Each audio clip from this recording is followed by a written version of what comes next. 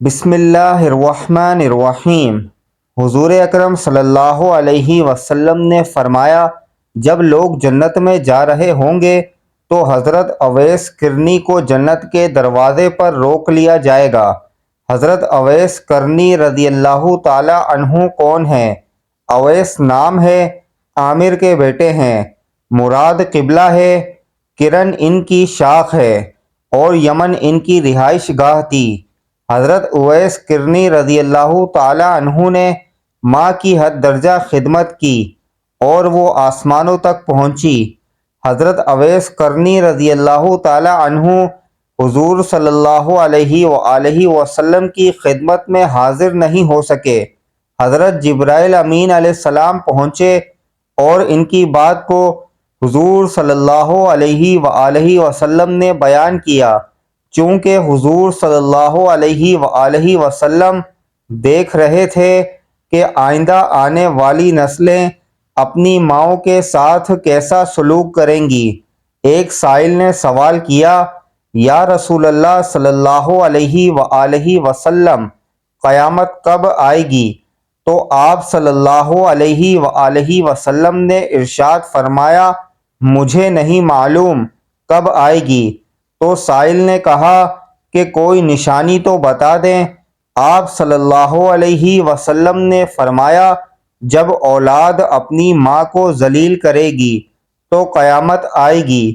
حضور صلی اللہ علیہ وسلم نے حضرت عمر بن خطاب رضی اللہ تعالی عنہ اور حضرت علی کرم اللہ وجہ الکریم سے کہا کہ تمہارے دور میں ایک شخص ہوگا جس کا نام اویس بن عامر، درمیانہ قد، رنگ کالا، جسم پر ایک سفید داغ۔ حضور علیہ الصلوۃ والسلام نے ان کا حلیہ ایسے بیان کیا جیسے سامنے دیکھ رہے ہوں۔ وہ آئے گا، جب وہ آئے تو تم دونوں نے اس سے دعا کرانی ہے۔ حضرت عمر بن خطاب رضی اللہ تعالی عنہ اور حضرت علی رضی اللہ تعالی عنہ کو حضرت اویس کرنی کی دعا کی ضرورت نہیں تھی۔ یہ امت کو پیغام پہنچانے کے لیے ہے کہ ماں کا کیا مقام ہے۔ حضرت عمر رضی اللہ تعالی عنہ حیران ہو گئے اور سوچنے لگے کہ آپ علیہ الصلوۃ والسلام کیا کہہ رہے ہیں کہ ہم حضرت اویس کرنی رضی اللہ تعالی عنہ سے دعا کروائیں۔ تو حضور صلی اللہ علیہ وسلم نے فرمایا، عمر، علی، اویس نے ماں کی خدمت اس طرح کی ہے، جب وہ ہاتھ اٹھاتا ہے تو اللہ اس کی دعا کو خالی نہیں جانے دیتا۔ حضرت عمر بن خطاب رضی اللہ تعالی عنہ 10 سال خلیفہ رہے، 10 سال حج کیا، لیکن انہیں اویس نہ ملے۔ ایک دن سارے حاجیوں کو اکٹھا کر لیا اور کہا کہ تمام حاجی کھڑے ہو جاؤ۔ آپ کے حکم پر تمام حاجی کھڑے ہو گئے۔ پھر کہا کہ سب بیٹھ جاؤ، صرف یمن والے کھڑے رہو۔ تو سب بیٹھ گئے اور یمن والے کھڑے رہے۔ پھر کہا کہ یمن والے سارے بیٹھ جاؤ، صرف مراد قبیلہ کھڑا رہے۔ پھر کہا مراد والے سب بیٹھ جاؤ، صرف کرن والے کھڑے رہو۔ تو مراد قبیلے والے بیٹھ گئے، صرف ایک آدمی بچا، اور حضرت عمر بن خطاب رضی اللہ تعالی عنہ نے کہا کہ تم کرنی ہو؟ تو اس شخص نے کہا کہ ہاں میں کرنی ہوں۔ تو حضرت عمر بن خطاب رضی اللہ تعالی عنہ نے کہا کہ اویس کو جانتے ہو؟ تو اس شخص نے کہا کہ ہاں جانتا ہوں، میرے بھائی کا بیٹا ہے، میرا سگا بھتیجا ہے، اس کا دماغ ٹھیک نہیں، آپ کیوں پوچھ رہے ہیں؟ تو حضرت عمر بن خطاب رضی اللہ تعالی عنہ نے کہا کہ مجھے تو تیرا دماغ صحیح نہیں لگ رہا۔ آپ رضی اللہ تعالی عنہ نے پوچھا کدھر ہے؟ تو اس نے کہا کہ آیا ہوا ہے۔ پوچھا کہاں گیا ہے؟ تو اس نے کہا کہ وہ عرفات گیا ہے اونٹ چرانے۔ آپ نے حضرت علی رضی اللہ تعالی عنہ کو ساتھ لیا اور عرفات کی دوڑ لگا دی۔ جب وہاں پہنچے تو دیکھا کہ حضرت اویس کرنی رضی اللہ تعالی عنہ درخت کے نیچے نماز پڑھ رہے ہیں اور اونٹ چاروں طرف چر رہے ہیں۔ یہ آ کر بیٹھ گئے اور حضرت اویس کرنی رضی اللہ تعالی عنہ کی نماز ختم ہونے کا انتظار کرنے لگے۔ جب حضرت اویس رضی اللہ تعالی عنہ نے محسوس کیا کہ 2 آدمی آ گئے تو انہوں نے نماز مختصر کر دی۔ سلام پھیرا تو حضرت عمر رضی اللہ تعالی عنہ نے پوچھا، کون ہو بھائی؟ تو کہا، جی میں مزدور ہوں، اسے خبر نہیں کہ یہ کون ہے۔ تو حضرت عمر بن خطاب رضی اللہ تعالی عنہ نے کہا کہ تیرا نام کیا ہے؟ تو حضرت اویس کرنی نے کہا کہ میرا نام اللہ کا بندہ ہے۔ تو حضرت عمر بن خطاب رضی اللہ تعالی عنہ نے کہا کہ سارے ہی اللہ کے بندے ہیں، تیری ماں نے تیرا نام کیا رکھا ہے؟ تو حضرت اویس کرنی نے کہا کہ آپ کون ہیں میری پوچھ گچھ کرنے والے؟ ان کا یہ کہنا تھا کہ حضرت علی رضی اللہ تعالی عنہ نے کہا کہ اویس یہ امیر المومنین عمر بن خطاب رضی اللہ تعالی عنہ ہیں اور میں علی ابن ابی طالب۔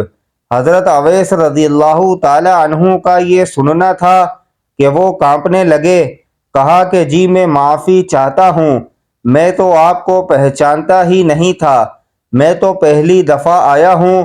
تو حضرت عمر بن خطاب رضی اللہ تعالی عنہ نے کہا کہ تو ہی اویس ہے؟ تو انہوں نے کہا کہ ہاں میں ہی اویس ہوں۔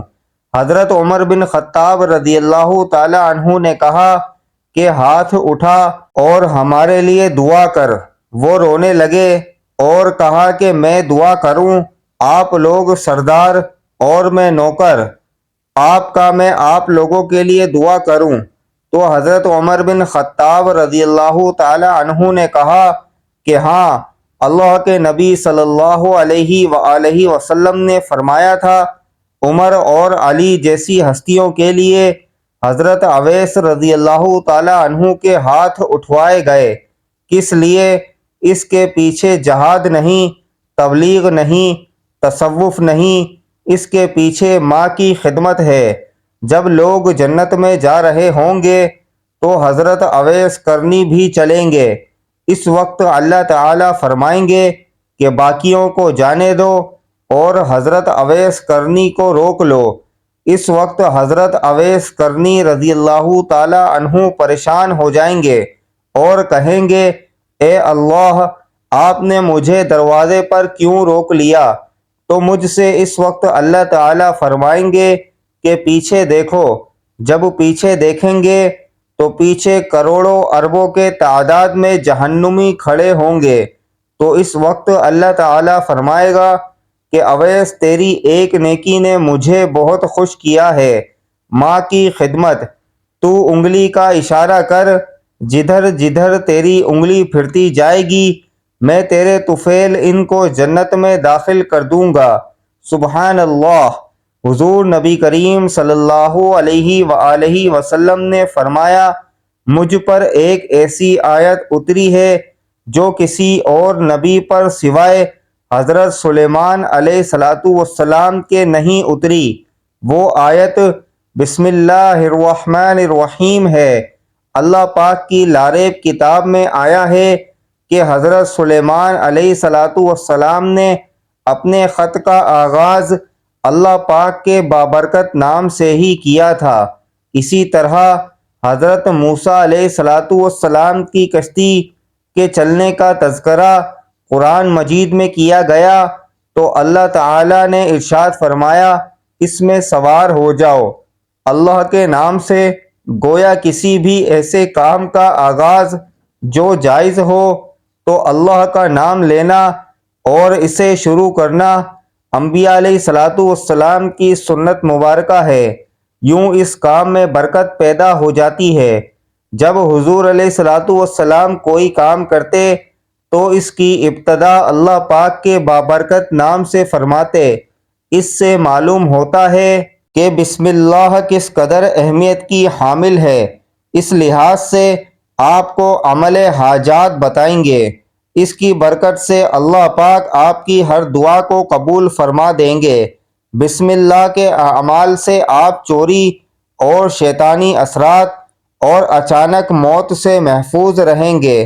اور آپ مالی پریشانی سے بھی کبھی دوچار نہیں ہوں گے، اور اگر کوئی حاجت درپیش ہو، مثلاً ملازمت کا حصول، کاروبار، بے روزگاری، شادی میں رکاوٹ، گھریلو ناچاکیاں کا خاتمہ، بے گناہ کی قید سے رہائی، ناجائز مقدمہ کا خاتمہ، قرضے کی ادائیگی کے لیے، اس عمل کو روزانہ خلوص نیت سے بجا لائیں، انشاءاللہ جو بھی حاجت ہوگی وہ پوری ہوگی۔ علامہ قرطبی رحمۃ اللہ علیہ نے بیان کیا ہے کہ کھانے پینے، ذبح کرنے، وضو کرنے، کشتی میں سوار ہونے، غرض ہر صحیح کام کرنے سے پہلے بسم اللہ پڑھنا مستحب ہے، لہذا جو شخص بسم اللہ 100 مرتبہ اس طرح پڑھے کہ ہر 10 پورا کرنے کے بعد درود پاک کم از کم 1 مرتبہ پڑھے اور اپنے مقصد کے لیے دعا مانگے، اللہ رب العزت اس کی ہر دعا کو قبول فرما لیں گے۔ بسم اللہ کے حروف کی تعداد 786 ہے۔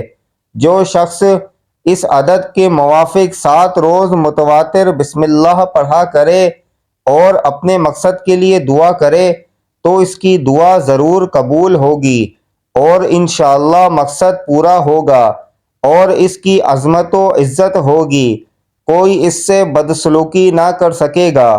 کسی طرح جو شخص 100 مرتبہ پوری بسم اللہ سونے سے پہلے 21 مرتبہ پڑھے گا تو چوری اور شیطانی اثرات اور اچانک موت سے محفوظ رہے گا۔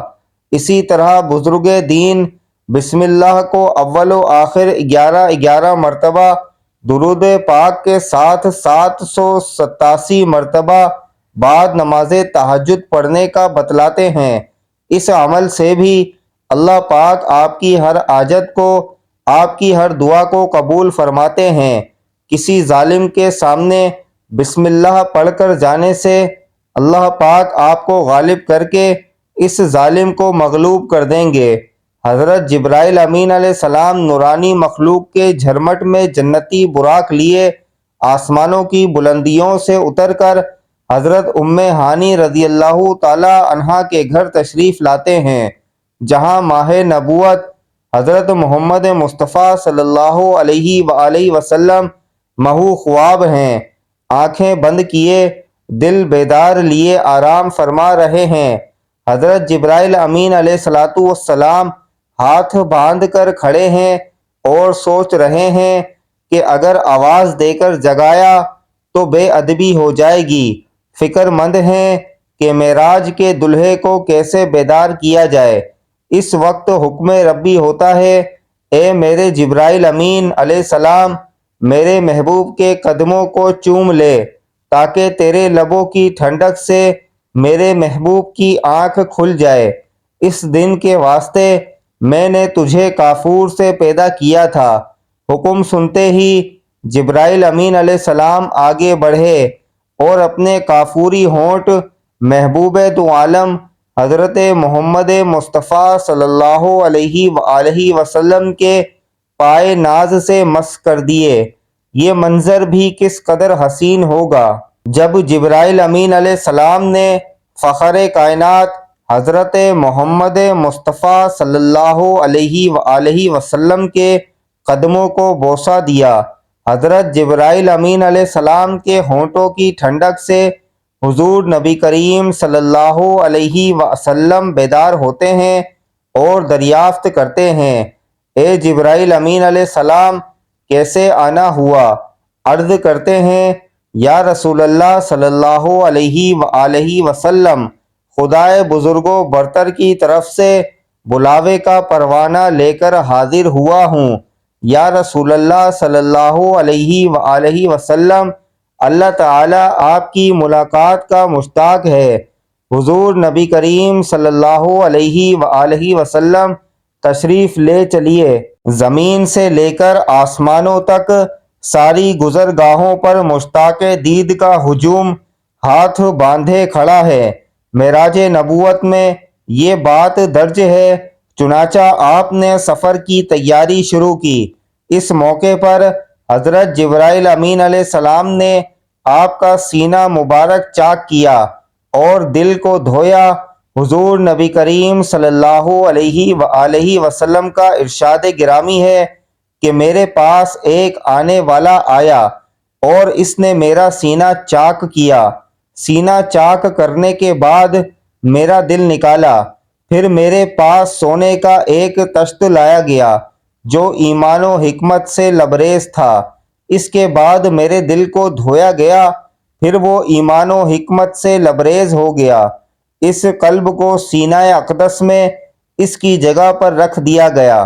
بخاری شریف کی جلد نمبر اول میں صفحہ نمبر 568 پر یہ بات درج ہے۔ مسلم شریف کی بات کی جائے تو جلد اول صفحہ نمبر 92 پر یہ بات ہے کہ مسلم شریف میں ہے کہ حضرت جبرائیل امین علیہ السلام نے سینہ چاک کرنے کے بعد قلب مبارک کو زمزم کے پانی سے دھویا اور سینہ مبارک میں رکھ کر سینہ بند کر دیا۔ حضرت جبرائیل امین علیہ السلام فرماتے ہیں کہ قلب ہر قسم کی کجی سے پاک اور بے عیب ہے، اور اس میں 2 آنکھیں ہیں جو دیکھتی ہیں اور 2 کان ہیں جو سنتے ہیں۔ یہ فتح الباری کی روایت ہے۔ جلد نمبر 13 صفحہ نمبر 610 پر سینہ اقدس کے شق کیسے ہیں، جن میں ایک حکمت یہ ہے، جانے میں کئی حکمتیں ہیں کہ قلب اطہر میں ایسی قوت قدسیہ شامل ہو جائے جس سے آسمانوں پر تشریف لے جانے اور عالم سموات کا مشاہدہ کرنے، بالخصوص دیدار الہی کرنے میں کوئی دقت اور دشواری پیش نہ آئے۔ پھر آپ صلی اللہ علیہ وآلہ وسلم کے سر انور پر امامہ باندھا گیا۔ علامہ کاظمی رحمۃ اللہ علیہ فرماتے ہیں، شب معراج حضرت محمد مصطفیٰ صلی اللہ علیہ وآلہ وسلم کو جو امامہ شریف پہنایا گیا، وہ امامہ مبارک حضرت آدم علیہ السلام کی پیدائش سے 7000 سال پہلے کا تیار کیا ہوا تھا۔ 40,000 ملائکہ اس کی تعظیم و تکریم کے لیے اس کے ارد گرد کھڑے تھے۔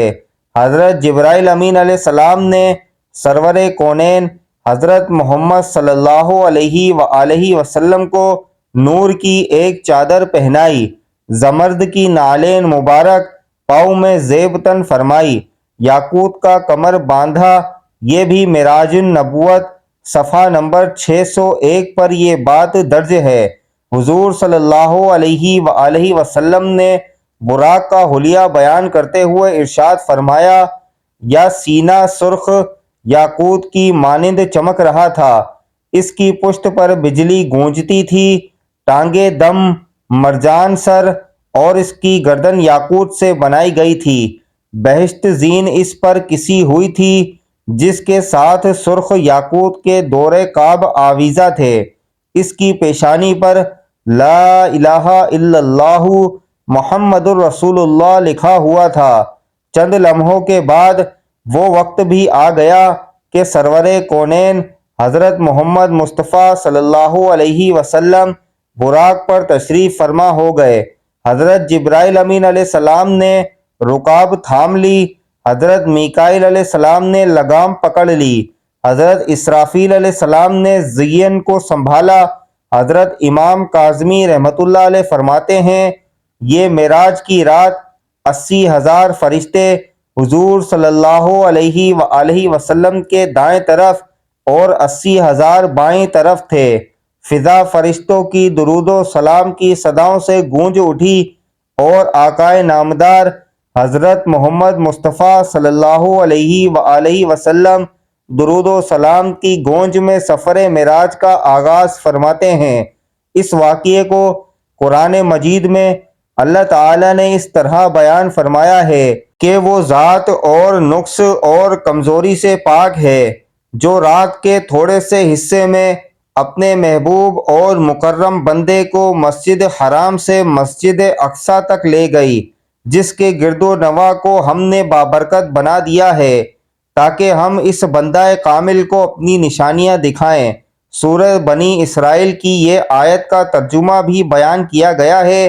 آپ علیہ السلام نہایت شان و شوکت سے ملائکہ کے جلوس میں مسجد حرام سے مسجد اقصیٰ کی طرف روانہ ہوتے ہیں۔ یہ گھڑی کس قدر دل نواز تھی کہ جب مکان سے لا مکان تک نور ہی نور پھیلا ہوا تھا، سواری بھی نور تو سوار بھی نور، باراتی بھی نور تو دلہا بھی نور، میزبان بھی نور تو مہمان بھی نور، نوریوں کی یہ نوری بارات فلک بوس پہاڑیوں، بے آب و بیاں ریگستانوں، گھنے جنگلوں، چٹیل میدانوں، سرسبز و شاداب وادیوں پر، خطرہ و ویرانوں پر سے سفر کرتی ہوئی وادی بسا میں پہنچتی ہے، جہاں بے شمار درخت ہیں۔ حضرت جبرائیل علیہ السلام عرض کرتے ہیں کہ حضور یہاں اتر کر 2 رکعت نفل ادا کیجئے۔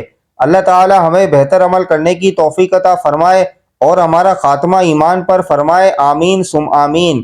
ناظرین، کمنٹ باکس میں اللہ تعالیٰ کے 99 ناموں میں سے ایک نام ضرور ٹائپ کیجئے۔ شکریہ۔ اللہ حافظ۔ السلام علیکم ورحمۃ اللہ وبرکاتہ۔